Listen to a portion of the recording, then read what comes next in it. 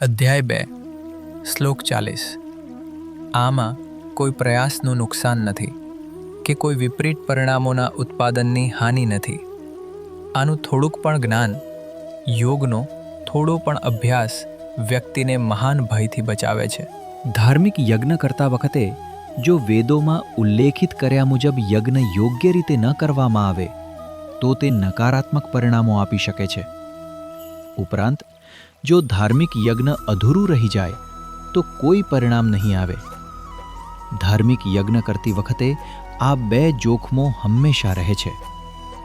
જ્યારે આપણે કંઈક કરીએ છીએ અને કેટલાક સંજોગોને કારણે તેને વચ્ચે છોડી દઈએ છીએ અને પછી જ્યારે તમે તે કર્મ પૂરું કરવા ઈચ્છો છો ત્યારે તમને ફરીથી શરૂઆત કરવી પડે છે.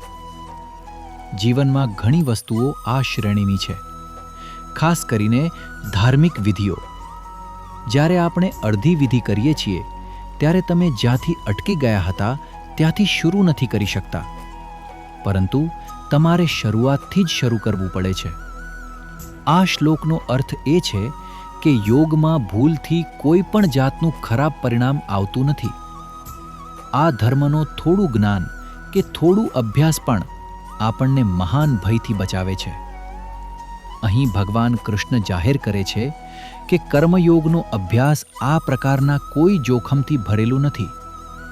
તેનો કોઈ પણ નાનો અભ્યાસ આત્માના સ્વભાવની ઝલક આપે છે. મૃત્યુનો ભય સૌથી મોટો છે. જેમ જેમ આત્માને સમજવામાં આવે છે તેમ તેમ આ ભયનો પણ અંત થઈ જાય છે.